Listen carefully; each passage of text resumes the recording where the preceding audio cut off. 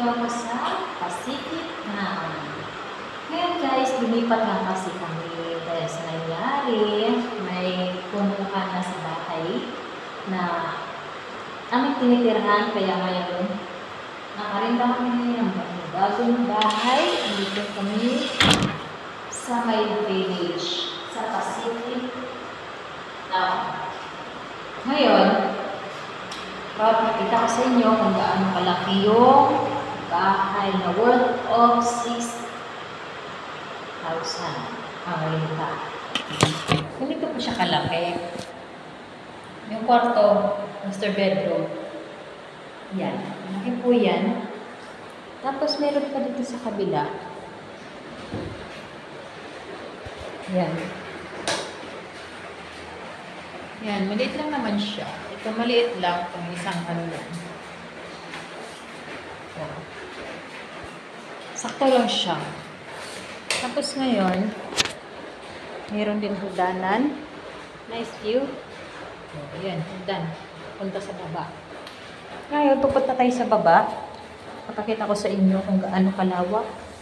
Worth it po yung 6K mo na pangrinta mo dito kasi malaki na siya guys. Pang isang pamilya na talaga siya. May karton pa dyan kasi nga wala pa dito yung wala pa dito yung mga gamit namin. I-deliver pa lang ngayon. Galing dun sa kabilang bahay namin.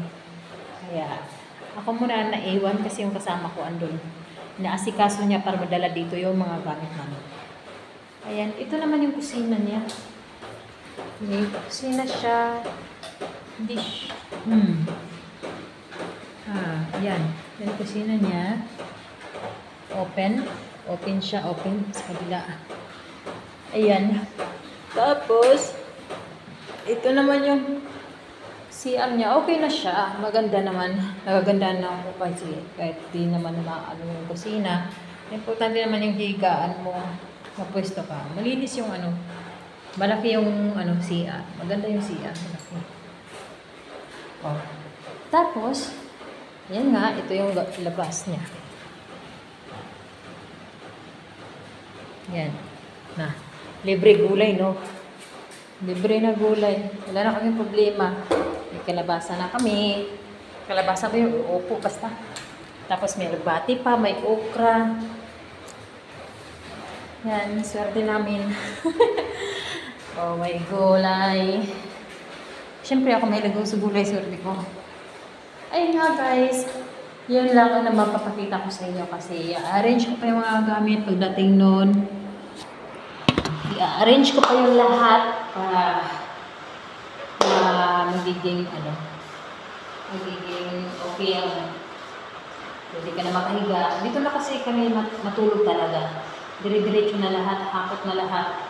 Hindi na pwede mag-stay doon kasi 3 araw yung galudit namin doon. Hindi na pwede i-extend pa kasi bayad na kami. Binayaran na kami.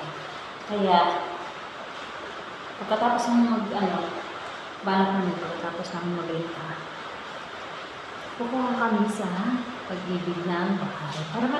Para naman, diba? Para naman may sariling bahay kami at hindi masayang yung pera kung saan napunta, diba? Ayun lang po guys. Maraming salamat.